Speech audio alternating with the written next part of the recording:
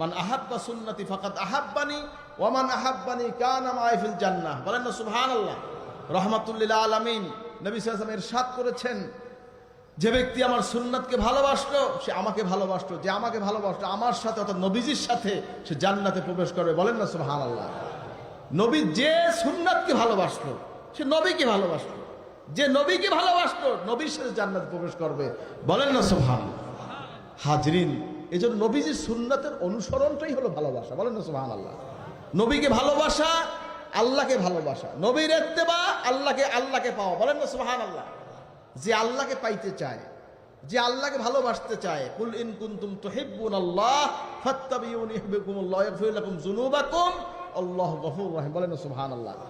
আল্লাহ পাক ইরশাদ করছেন, হে নবী বলে দিন, যারা আল্লাহকে পেতে চায়, ভালোবাসতে চায়, ফাত্তাবিউনি ইউহিব্বুকুমুল্লাহ, তারা যেন আপনার ইত্তেবা করে, আপনাকে ভালোবাসে। বলেন